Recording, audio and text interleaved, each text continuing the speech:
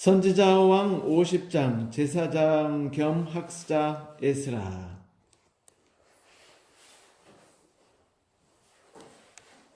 그 당시 역사를 기록하고 있는 책들을 보면은 우리가 잘 알다시피 열왕기서 그리고 역대서가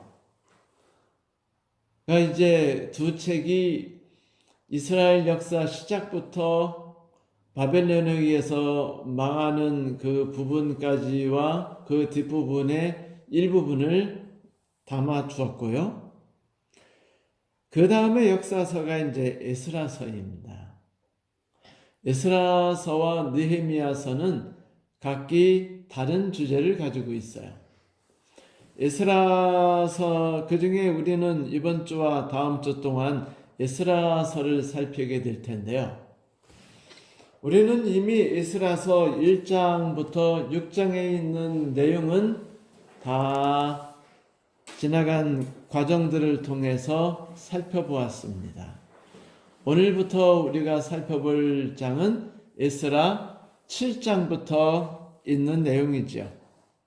그런데 이 에스라서 7장부터 있는 내용을 가만히 살펴보면 이 에스라 7장은 특별히 우리 교회의 그 재림과 관련된 역사와 밀접한 관계를 갖고 있는 장이기도 해요. 여러분, 기원전 457년 하면은 어느 것이 생각나죠? 1차 기원이 생각납니다.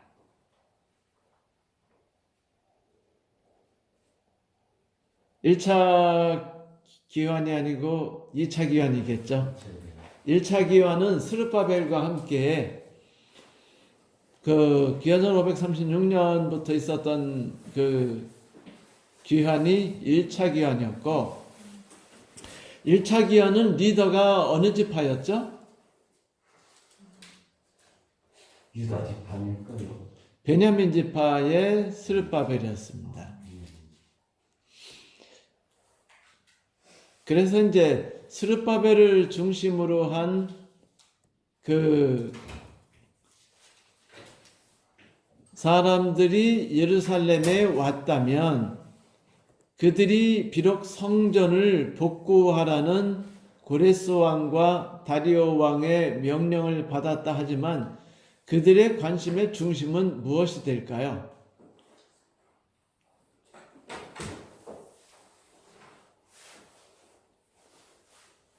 당연히 예루살렘 성전이었습니다.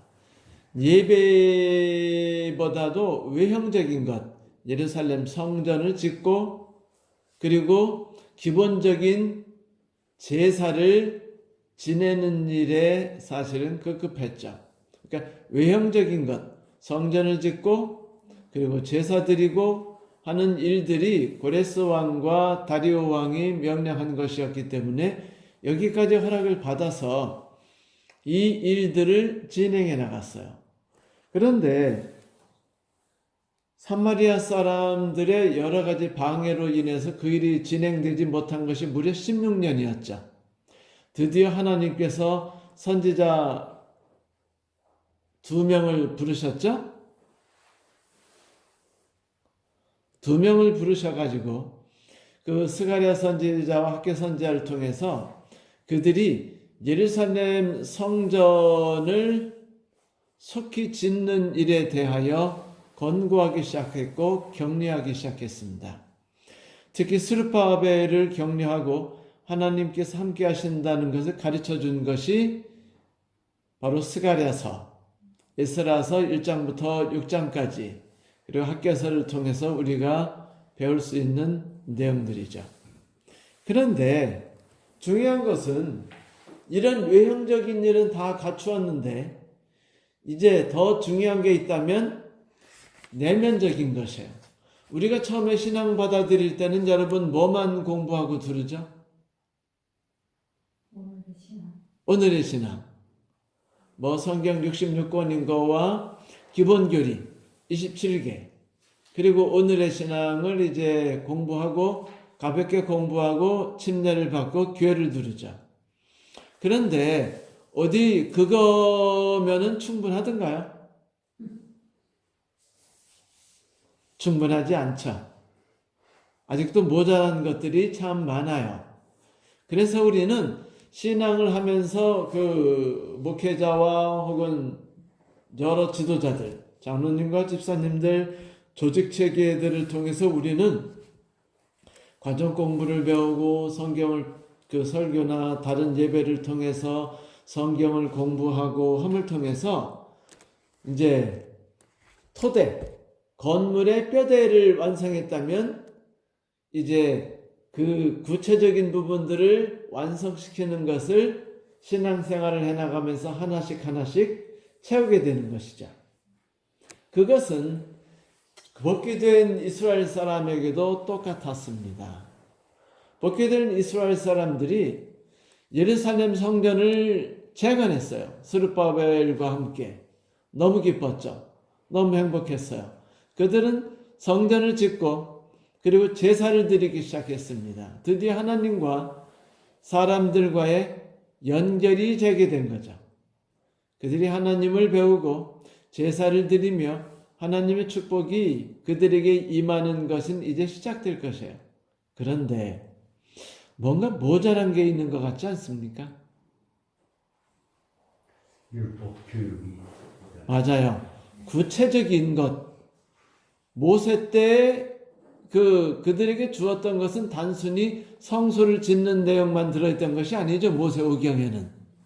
거기에는 하나님과의 관계, 백성들과의 관계, 건강에 관한 관계들, 사회법, 다양한 그 법령들이 있었어요. 하나님께서 이스라엘 백성들에게 주신 축복과 저주에 따른 다양한 그 규정들이 있었습니다. 그런데 이러한 것들을 가르친 리가 없었어요. 왜냐하면 거기에는 대부분 제사장이 중심이 아니라 누가 중심이기 때문에요. 총독, 그리고 그 건물 짓는 사람들, 그리고 제사장이 레위인이 아닌 다른 사람들이 대부분 중심이었기 때문에 당연히 율법을 가르치며 성소의 규례와 왜 우리가 제사를 지내는지에 대해서 교육시키며 그들이 역사에 대해서 가르쳐 줄 사람들이 필요했지만 없었습니다. 처음에는 몸쓰는 분들이 내려오신 거죠. 그러나 이제 어느 정도 틀을 잡고 나니까 한 가지씩 필요해요. 당장 뭐가 필요하죠? 사람이 사니까 보호가 필요해요.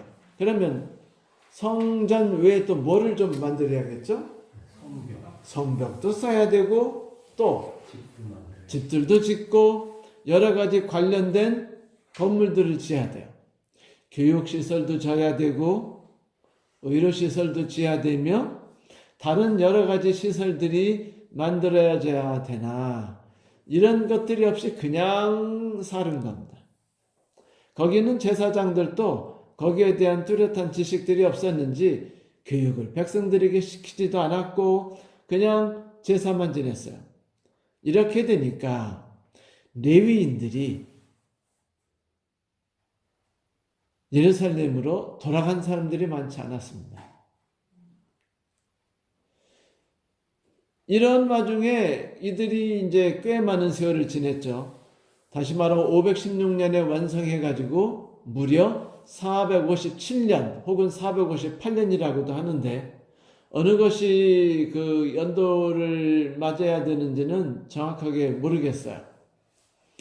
정식 연도로 따지면 458년이기도 하고 또 왕의 원년을 계산하면 457년이 될 수도 있습니다. 그런데 457년이든 458년이든 간에 이 긴 기간 동안이면은 무려 몇 년이에요? 516년부터 457년. 무려 60년이죠. 60년이나 되는 긴 기간 동안에 이스라엘 백성들이 제대로 된 교육을 받지 못하고 제대로 된 틀이 없는 상태에서 살았다는 거예요. 그러니까 이런 거예요.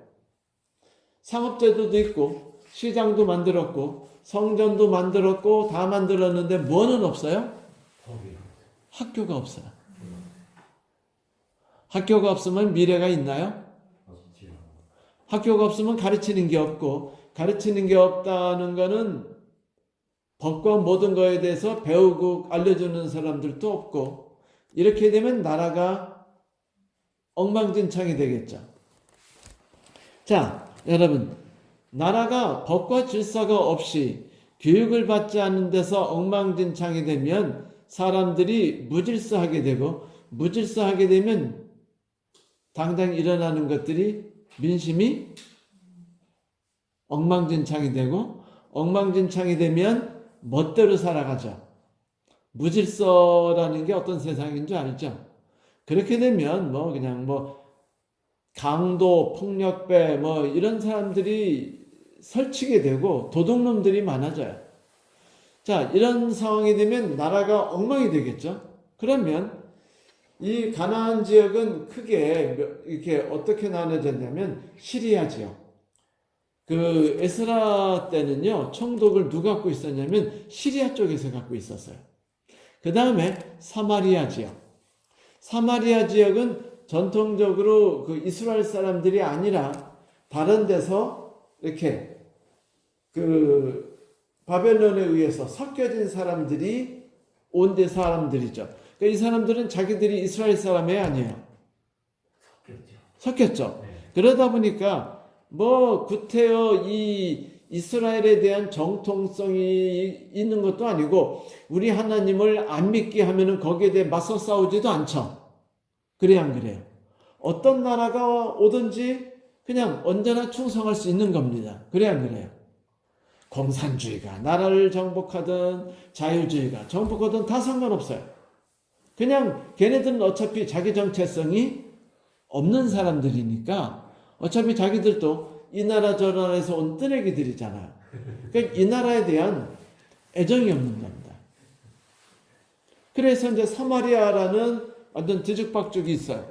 시리아가 있습니다. 시리아는 그래도 전통적으로 상업도 발전했고 이런 문화나 이런 규칙들이 잘 정해져 있는데 실제 이스라엘 지방을 영도자로서 항상 주도했던 나라가 어느 나라예요? 시리아였어요?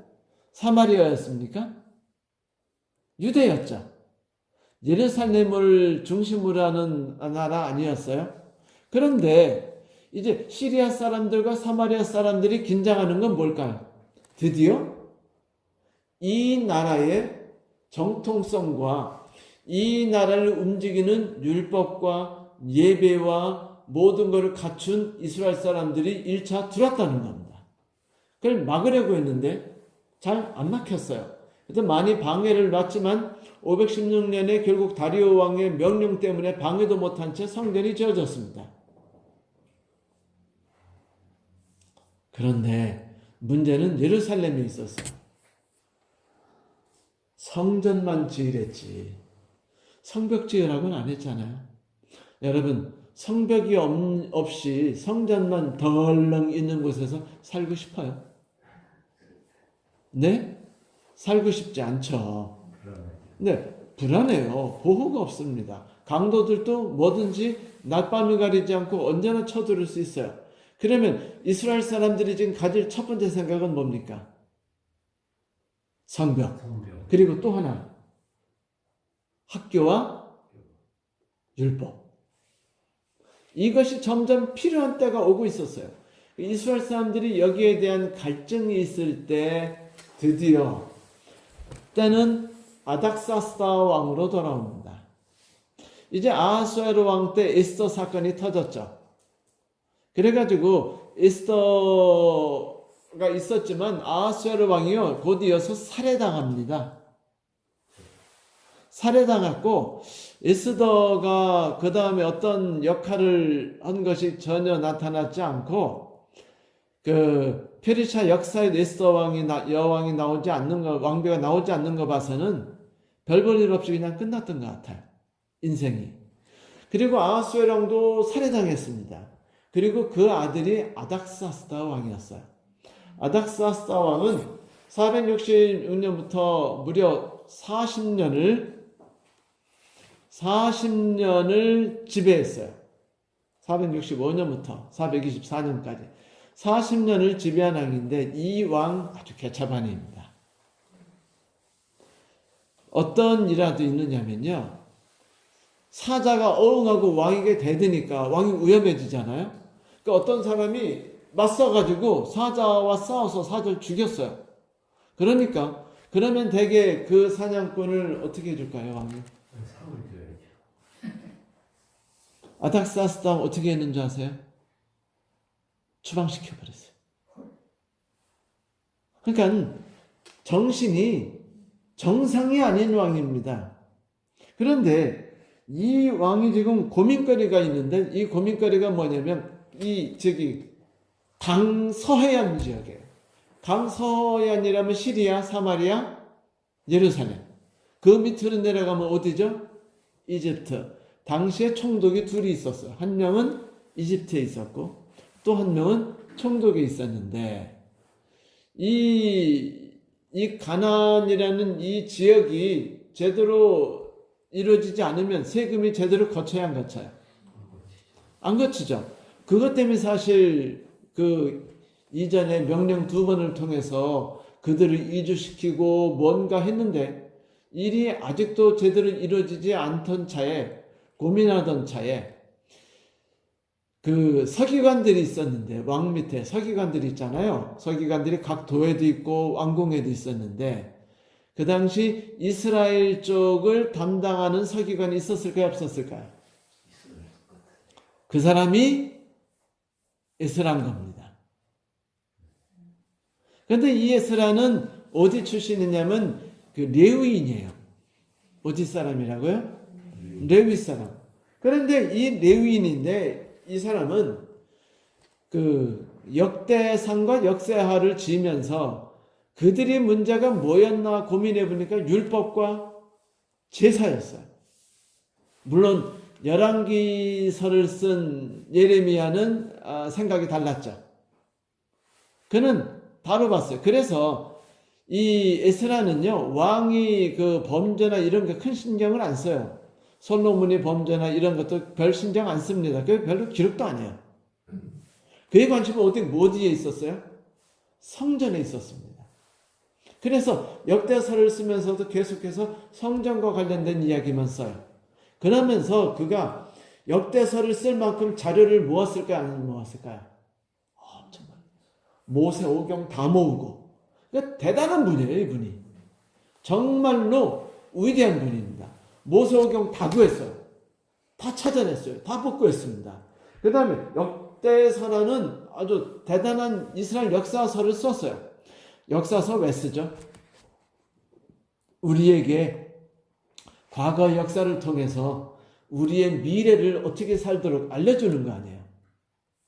그런데 이 에스라는 성전과 율법에 관심이 있었기 때문에 그가 당연히 갖고 있는 역사관은 뭘까요? 성전과 율법이죠. 그래서 그가 모든 걸 모으고서 이스라엘 상황을 보니까 성전도 있어요. 그런데 뭐가 없는 겁니까? 율법이 없어요. 교육이 안 돼 있어요. 제사도 대충입니다. 그러니까 제사장들이 별로 존중을 못 받으니까 어떻게 될까요? 다시 바벨론으로 돌아가거나 아니요 올해도 안 가요. 왜냐하면 존중받지 않으니 누가 가겠습니까?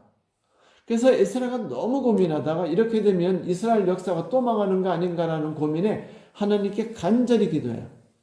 간절히 기도하다가 기회를 타가지고 아닥사스다 왕과 대면해서 여러 번 이야기를 나눈 거죠. 어디에 대한 이야기일까요? 가나안 지역에 대한 이야기입니다. 서로 아다리가 맞았어요. 아닥사스다 왕의 고민은 뭐죠? 좀 반란 좀 안 일어나고 좀 체계 있게 다 안정화되면은 세금도 잘 거치고 모든 게 편안해지잖아요. 제가 말씀드렸죠. 페르시아의 정책은 뭐다? 나라 중앙이 발전하는 게 아니고 각 지역이 발전하고 지역이 부흥하는 거다. 융성하는 것이다. 그랬기 때문에 아닥사스다 왕은 부왕들의 정책을 따라서 그걸 관심을 뒀어요. 그러므로 이집트는 됐는데 가나안 지역은 아직도 개판이고 엉망이니까 당연히 이거에 대한 신경을 써야 돼요. 그런데 서기관 에스라가 뭐래요? 해결 방책이 있답니다.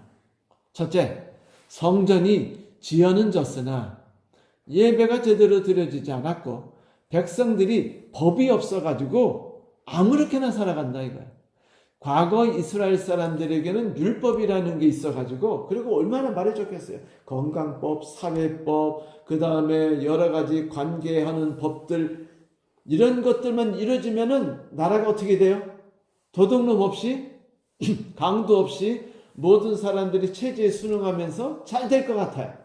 에스라가 그런 이야기 해주고 아닥사스 왕은 뿅 갖고 그래가지고 그래 좋다. 그러면 네가 내려가서 재판관들을 정해라. 그거예요. 가장 중요한 게 뭐냐면 첫째, 성전 제사가 제대로 되게 해라. 두 번째, 재판관을 둬서 가르치고 재판하게 하라. 이 두 가지를 아닥사스다가 에스라에게 명령해서 보낸 거예요. 그러니까 하나님의 은혜에 따라서 에스라는 드디어 꿈에 부풀어서 내려가는데 왕이 그냥 보내겠어요? 언제나 이전에도 그랬죠. 고레스 왕도 그랬고 다리오 왕도 그랬고 아닥사스 왕도 그랬고 내려갈 때 그냥 보내지 않고 여기 보면은요 또 엄청 만들어 보내. 여러분이 에스라 7장에 보면은 그 은이나 기명들 지난주에 우리가 이야기했듯이 정말로 수십 톤을 보냈습니다. 거의 30여 톤이라고 그랬죠, 지난주에는. 그렇게 엄청난 재산들을 에스라를 통해서 이제 보내기로 했는데, 에스라가 왕에게 좀 더 감동을 주고 싶어요. 그래서 군대를 당연히 동원해야 하는데, 군대 필요 없습니다. 우리 하나님이 도우실 겁니다. 라고 말씀드리고는 거기에 말하는 아하와라는 강가에서 1차 다 모여요. 이스라엘 사람들. 그래 다 모였는데, 모여가지고 이제 왕이 내탕고에서 준 모든 은이나 그릇들을 다 모아가지고 정리해놨는데, 교육을 시키려면 이런 법이나 제도에 빠삭한 사람들이 있어야 하잖아요? 이 사람들이 없는 겁니다. 이 사람들은 대개 누구죠? 레위인이에요. 근데 레위인들이 같이 참여해야 안 해요? 안 해요. 누가 하겠어요? 거기서 인정 못 받는데. 여러분 세상에 얼마나 재미있는 줄 알아요? 30년 전에 공무원이나 이런 사람들이 인정받았나요? 우리들이 공무원들을 뭐라고 불렀죠? 면석이. 근데 면석이라고 그러면 별로 인정해 줬습니까? 아니에요. 별 볼 일 없는 직업에서 월급도 별로였고요. 경찰도 월급 없어가지고 도둑질 안 하고는 못 사는 상황이었어요. 공무원도 그래서 다 부정을 저질러서 알아서 먹고 살았죠. 자, 이런 상황인데 지금은 어때요? 공무원이. 대박이죠. 이 시스템에 따라 달라지는 거예요. 레위인들이 당연히 천대당하는데 왜 가겠습니까? 누가 레위인 지원하겠어요? 그런데 이 서기관, 여기선 학사라고 말했는데 학사는 정확하게 말하면 서기관이에요. 서기관은 각 도에도 있고 왕궁에도 있는 사람들이죠. 사마리아에도 있었고 시리아에도 있었어요. 근데 에스라가 서기관으로서 이제 내려가서 왕의 명령, 조서를 딱 갖고 내려가니까 레위인들이 안 따라가니까 에스라가 레위인의 좀 수장 정도 되죠. 그러니까 좀 협박 조금 하고 강권 좀 하고 그 다음에 뭐도 하고 탄원도 하고 해가지고 겨우 이제 한 200여 명 이제 데려갑니다. 여러분 100명이라고 그러면 몇 명이 더 가는 거예요? 남자만 말하는 거죠. 그럼 이스라엘 백성이 60만 명 했다면 3 곱해서 한 200만 명이라고 했죠. 이때 이스라엘 백성들이 한 1700명이 내려갔으니까 레위인 포함해서 200여 명 포함해서 내려간 사람 총 몇 명이나 될까요? 한 6,000명 정도 내려갔겠죠. 사실 그 정도면은요, 그 은 30톤 어떤 놈이 와서 뺏어갑니까? 사실 군대에 안 필요해요. 충분히 합니다.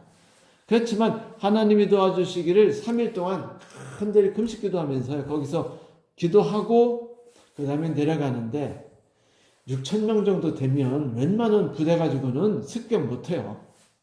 사실은. 그런데 남자만 2천 명이니까. 그런데 이제 여튼간에 4개월 동안 출발하는데 1월 달에 모여가지고 1월 중순에 그들이 떠나가지고 5월 1일 날 예루살렘에 도착합니다. 이때 그 에스라의 온 관심은 율법의 복귀였어요. 성전 예배의 온전한 복구였습니다. 얼마나 행복했을까요? 하나님이 그와 함께 하시는 게 느껴지지 않았습니까? 비록 아닥사스다 왕이 하나님에 대해서 알 게 뭐예요? 여러분 알잖아요. 고레스 왕 그리고 다리오 왕, 하나님을 그들이 섬겼나요? 아니요, 관심 없었어요. 똑같아요. 이 아닥사스다 왕이 하나님에게 관심이 없었다는 거 우리가 어떻게 아냐면 458년 혹은 457년에 이 에스라를 내려보냈잖아요. 한 6천 명을. 그리고 금 한 은이죠. 한 30톤 정도에서 내려보내줬잖아요. 그러면 막 너희들이 하나님이 어쩌고저쩌고 있으면 대단한 것 같죠. 몇 년 뒤에 그들이 성벽을 쌓는다는 이야기를 듣자 어떻게 했는 줄 아세요? 아닥사스다 왕이 못짓게 막고 파회시켰습니다. 적당히 놀으라 이거예요. 건방지게 성벽 쌓으면은 성벽 쌓는다는 건 뭘 말하죠? 대항. 나라가 만들어지는 거죠. 그런데 역대로 사마리아인은 대항할 이유가 있어요, 없어요? 없죠. 그런데 이스라엘 사람은 역대로 어때요? 바벨론도 그렇게 고통당했잖아요. 아시리아도 그렇게 고통당했잖아요. 끝까지 싸우는 사람이 어디예요? 이스라엘 사람이에요.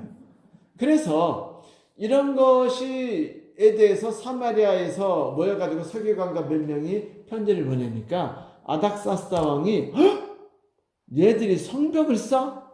그러면 위험은 그것까지는 내가 허락하는 게 아니지라고 말하고는 내가 다시 지시를 내릴 때까지 성전을 그런 거 못하게 막아라라고 말한 게 에스라 4장에 있습니다.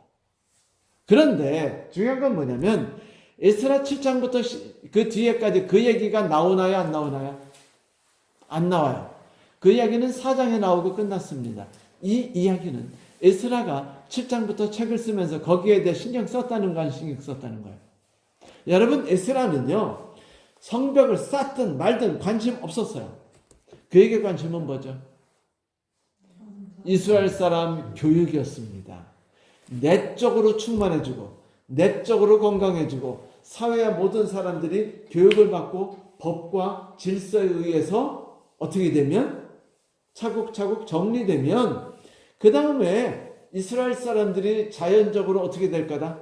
정신무장이 되고 질서가 잡히니까 교육이 이루어지니까 이스라엘은 자연히 성장할 것이라고 믿었기 때문에 에스라 학자예요? 아니에요? 건축가의 학자예요? 학자죠. 그러니까 성전 쌓고 뭐 무너졌고 뭐 별 신경 안 써요. 알잖아요. 여러분들 학자들이 그런데 얼마나 관심 없는지. 그래서 느헤미야서가 또 나온 겁니다. 느헤미야서는 또 뭐만 다뤄요? 네? 성벽을 다루는 거예요. 드디어 아닥사스다 왕을 느헤미야가 또 사랑받게 해가지고 느헤미야가 이제 성벽을 쌓는 것을 다시 허락받아요. 허락받아가지고 내려가서 한 것이 기원전 444년입니다. 야, 개차반 왕을 하나님이 도우시는데 하나님의 방법이 신기하지 않으세요, 여러분? 기원전 536년에 스룹바벨을 통해서 성전을 짓게 만듭니다. 근데 그들이 성전은 졌지만 영광스러운 복귀는 했으나 그들에게 갈급함이 설설 생기기 시작한 게 뭐죠? 율법과 교육이 없다는 것이었죠. 그게 70년 정도 되니까 간절해지잖아요. 그러니까 하나님이 에스라를 통해서 준비된 에스라를 통해서 뭘 보내셔요? 교육과 예배의 온전한 복구와 내실을 채울 수 있는 것을 왕을 통해서 다시 내려보내는 겁니다. 왕을 통해 내려보냈으면 이스라엘 사람들이 자기 신앙에 대해 자신감이 더 생길까요? 안 생길까요? 에스라가 보통 자부심이 있었던 거 아니에요. 왕이 허락한 겁니다. 신앙에 대해서. 그래서 에스라서는요. 내려와서 그가 며칠도 되지 않아서 첫 번째 시행한 게 뭔지 아시죠? 다음 주에 배우겠지만 무법천지를 고치기 시작합니다. 성도 여러분, 하나님께서 어떤 일을 하실 때 한 번에 모든 것을 세려서 한 번에 다 하시는 게 아니에요. 우리는 우리 자녀에 대해서 혹은 우리 삶에 대해서 한 번에 모든 게 다 해결됐으면 좋겠죠. 내 딸이나 내 아들이 결혼할 때 집 갖고 직장 갖고 며느리 확실한 직장 갖고 완벽히 갖춰가지고 거기다가 아들까지 하나 딱 나가지고 들어와서 결혼하면 대박 아니에요? 그렇죠? 그래 그 다음에 얘네들이 평생 이혼하지 않는 완벽한 시스템이 갖춰진 채 아니 아테네입니까? 태어나면서부터 그렇게 되게? 인간은요 태어나서부터는 아주 나약한 존재예요. 성격도 정서도 완전하지 않은 상태에서 시련을 겪고 부딪히면서 어떻게 되는 거예요? 인간이 되죠. 근데 온전한 인간이 되지 않자 독립심을 키워서 부모하고 맨날 투닥거리다가 여자 만나가지고 여자하고 투닥거리면서 수십 년을 지나면서 어떻게 돼요? 사람이 되죠. 이게 단계가 있다는 겁니다. 이렇게 똑같아요. 이스라엘도 처음에는 하나님께서 스룹바벨을 통해서 성전을 먼저 복구시키셔요. 그리고 70년이 지나서 에스라를 통해서 내실을 다집니다. 성전, 예배, 교육, 그리고 무너진 율법을 바로 세우는 겁니다. 그래서 그들이 거기에 대한 내적인 정신으로 자기 하나님에 대한 마음이 충성스러워졌을 때 그 다음에 3차로 하나님이 어떤 걸 하셔요? 기원전 444년 느헤미야를 통해서 다시 일하시는 겁니다. 그런데 이 모든 일을 할 때 하나님이 누구를 통해 일하셨죠? 왕, 고레스, 다리우, 아닥사스다. 이것이 우리에게 인생을 살아갈 때 교회를 위해서 일할 때 너무 조급하지 않고 너무 성급하지 말며 아직도 잘못돼서 자라나거나 아직도 문제가 많은 것들에 대해서 우리가 조급하게 모든 걸 한 번에 쎄려 고치려고 하지 않아도 된다는 걸 가르쳐 주는 거예요. 하나님께서는 모든 것을 때에 맞춰서 시기에 적절하게 하셔요. 아니 봄에 꽃 피지 않고 가을에 과일이 어떻게 달리겠어요? 그런데 봄에 꽃이 달리기도 전에 과일이 달릴 수 있나요? 그건 무리인 거예요. 그래서 하나님의 섭리가 무려 몇 년 동안 이루어졌습니까? 기원전 536년부터 시작해서 444년으로 해서 그때부터 4개월 동안 끝내버립니다. 와, 무너진 한 나라를 하나님께서 복구시키시는데 몇 년을 소비하셨어요? 90년. 그게 하나님이십니다. 내 가정도 하나님이 그렇게 하지 않으시겠어요? 내 교회는 하나님께서 그렇게 하지 않으시겠습니까? 여러분, 매사에 살아가면서 조급해하지 마세요. 하나님께서 일하시는 걸 바라보시기 바랍니다. 에스라는 자기가 다 했다고 생각하겠죠. 하지만 하나님께서 이미 에스라를 세우신 겁니다. 스룹바벨은 자기가 다 했다고 생각하겠죠. 그러나 하나님이 이미 스룹바벨을 세우신 거예요. 느헤미야는 자기가 똑똑해서 왕을 설득했다고 생각하겠죠. 아니에요. 그러니까 하나님의 계획 속에서 움직여서 나온 존재들입니다. 선지자들이 언제 나라가 어려우니까 자기들이 막 뜨거운 마음으로 튀어나왔습니까? 아니에요. 언제나 하나님이 그들을 세우셨고 하나님이 그들을 부르셨습니다. 그래요. 이것이 신앙입니다. 하나님께서 일하시는 것을 바라고 그분이 일하시기를 기도하고 그리고 우리가 인내하고 바라볼 줄 안다면 하나님께서 당신의 일을 분명하게 이루실 것이다. 이것이 우리가 오늘 배우는 중요한 공부라고 생각합니다.